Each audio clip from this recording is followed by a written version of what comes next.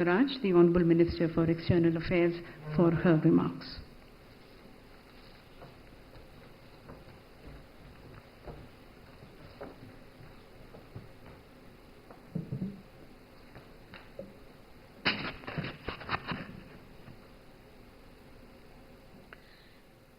भारत के लोकप्रिय प्रधानमंत्री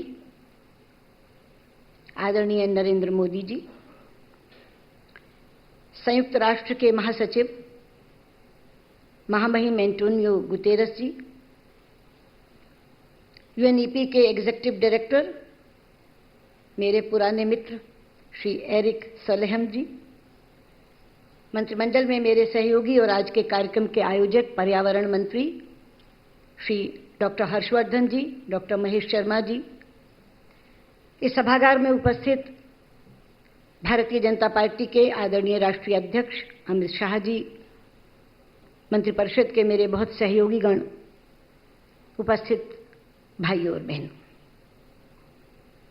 आज भारत के लिए बहुत बड़े गौरव का दिन है। आज हमारे प्रधानमंत्री जी को संयुक्त राष्ट्र के द्वारा पर्यावरण के क्षेत्र में नेतृत्व देने के लिए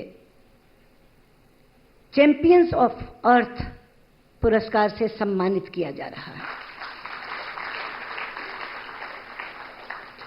मित्रों, ये पुरस्कार उस असाधारण नेतृत्व का सम्मान है जो प्रधानमंत्री मोदी भारत के साथ साथ विश्व को भी प्रदान कर रहे हैं।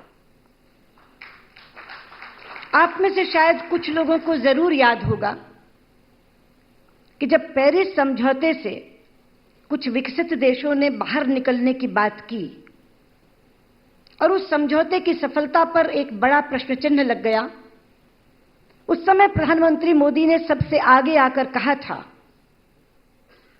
कि पेरिस समझौते पर हस्ताक्षर हमने किसी देश के मोह या दबाव में नहीं किए थे, बल्कि भारतीय संस्कृति, जो 5000 बरस पुरानी भारतीय संस्कृति है, उसके प्रति आस्था के प्रतीक के रूप में किए थे।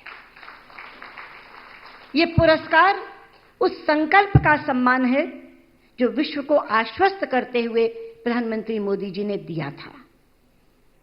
गुतेरस जी और एरिक, जिस भारतीय संस्कृति का जिक्र प्रधानमंत्री जी ने किया था, मैं उसके बारे में बताना चाहती हूं कि हम अर्थ को प्लेनेट नहीं मानते। पृथ्वी हमारे लिए ग्रह नहीं है, पृथ्वी हमारे लिए मां है, मदर अर्थ। और हमारे शास्त्र भरे पड़े हैं उन सूक्तों से जहां पृथ्वी को मां कहकर पुकारा गया है। अथर्ववेद का एक सूक्त है, माता भूमि पुत्रो हम पृथिव्या। भूमि मेरी माता है और मैं पृथ्वी का पुत्र हूं।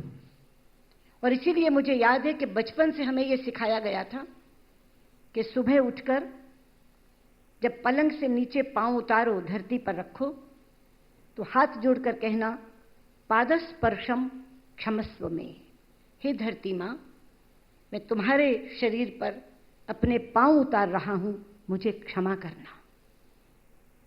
और यही एक कारण है कि पश्चिम में जब भवन बनाए जाते हैं तो ग्राउंड ब्रेकिंग सेरेमनी की जाती है, लेकिन भारत में जब भवन बनाए जाते हैं तो भूमि पूजन समारोह किया जाता है। हम पृथ्वी का पूजन करते हैं, विधि विधान से करते हैं, और केवल पूजन नहीं करते, हम क्षमा मांगते हैं उससे। जब पहला कुदाल चलाते हैं तो कहते हैं, मां तुम्हारे हृदय को छलनी कर रहे हैं, हमें क्षमा करना। और केवल पृथ्वी से नहीं मांगते क्षमा, हम उन चीते चीटियों से भी क्षमा मांगते हैं, हम उन कीड़े मकोड़ों से भी क्षमा मांगते हैं जिन्होंने अपने घरौंदे उस धरती पर बना रखे होते हैं। हम हाथ जोड़कर कहते हैं कि अपने स्वार्थ के लिए, अपना घर बनाने के लिए हम तुम्हारे घरौंदे तोड़ रहे हैं, तुम्हें यहां से दूर जाना होगा, कहीं और घरौंदा बनाना होगा, हमें क्षमा करना। यही भारतीय संस्कृति की विशेषता है कि हम अंतरिक्ष की भी शांति की बात करते हैं और हम पृथ्वी की भी शांति की बात करते हैं। इसी आस्था की बात प्रधानमंत्री कर रहे थे जिस समय उन्होंने पेरिस समझौते के लिए संकल्प लिया था कि हम इस समझौते को फेल नहीं होने देंगे। और मैं आज कहती हूं कि उसी संकल्प के बाद बहुत तेज गति से उन्होंने पर्यावरण के क्षेत्र में काम प्रारंभ किया। जो आइसा इंटरनेशनल सोलर अलायंस उन्होंने फ्रांस के साथ मिलकर बनाया था, उसको बहुत तेज गति से आगे ले जाने का काम किया। गुतेरस जी, आज एक घटना मैं आपको बताना चाहती हूं। जिस समय वर्तमान सरकार आई तो प्रधानमंत्री जी ने एक समिति का गठन किया जो जलवायु परिवर्तन पर चर्चा करने के लिए बनी थी। मैं उस बैठक में थी, इसलिए मैं साक्षी हूं उसकी। बहुत खुलकर चर्चा हो रही थी और पूरी सभा दो भागों में बटी हुई थी। एक तरफ पर्यावरणवादी, दूसरी तरफ विकासवादी। पर्यावरणवादी कह रहे थे कि ऐसे विकास का क्या लाभ जो प्रकृति को विनाश करके, नष्ट करके किया जाए। जिस दिन प्रकृति क्रोधित होगी तो इस पूरे विकास का विनाश कर देगी। और दूसरी तरफ विकासवादी कह रहे थे कि विकसित देशों ने अपने आप तो सब कुछ कर लिया, प्रकृति को नष्ट करके अपने देशों को विकसित भी कर लिया, और आज जब हमारे जैसे देशों की बारी आई तो हमें प्रवचन दे रहे हैं, जलवायु परिवर्तन की बात कर रहे हैं, पर्यावरण सुरक्षा की बात कर रहे हैं।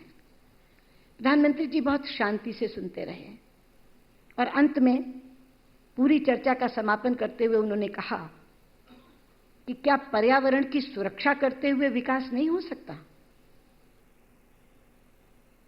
मैं तो समझता हूं कि पर्यावरण की सुरक्षा करते हुए विकास हो सकता है। तो कुछ लोगों ने प्रश्न किया कि औद्योगिकरण के लिए बिजली चाहिए, हमारे यहां तो कोयला है, थर्मल पावर की जगह कहां से बिजली आएगी? तो उन्होंने तुरंत कहा बिजली चाहिए, वो थर्मल की जगह सोलर से भी आ सकती है। तो फिर प्रश्न आया कि सोलर से कितनी बिजली आ सकती है और सोलर की बिजली महंगी कितनी होगी? तो उन्होंने कहा कि सूर्य के पास तो अपार ऊर्जा है, जितना चाहो वो दे सकता है, ये तो आपको लक्ष्य रखना है कि कितनी बिजली चाहिए। और जहां तक महंगी का सवाल है, जब ज्यादा चीज आने लगती है तो अपने आप सस्ती हो जाती है। और उन्होंने उसी दिन कहा कि हम पर्यावरण की सुरक्षा के साथ विकास करके दिखाएंगे। मित्रों, यह उस इच्छा शक्ति का सम्मान है जो इच्छा शक्ति उन्होंने उस बैठक में प्रदर्शित की थी। और वो शब्द शब्द नहीं रह गए, उन शब्दों को उन्होंने कार्यों में परिणत कर दिया।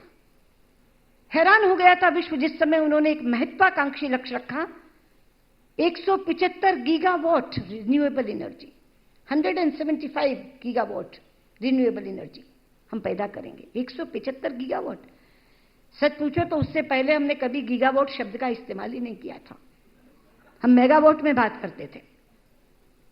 लेकिन गीगावाट में 175 गीगावाट रिन्यूएबल एनर्जी, और उसमें भी कहा 100 गीगावाट केवल सोलर से, 60 गीगावाट विंड से।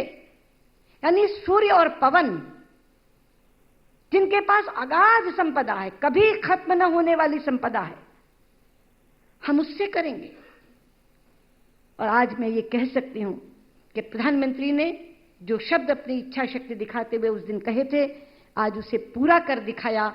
जिस सौर ऊर्जा को लोग महंगी कहकर अपनाने से कतरा रहे थे, आज गुतेरस जी और एरिक, मैं आपको बताना चाहती हूं, 17 रुपए 19 पैसे वाली वो ऊर्जा आज 2 रुपए 44 पैसे में मिल रही। 2 रुपए 44 पैसे, 2 रुपीज एंड 44 पैसा। तभी मैंने कहा कि ये उस इच्छा शक्ति का सम्मान है जो उन्होंने दिखाई है।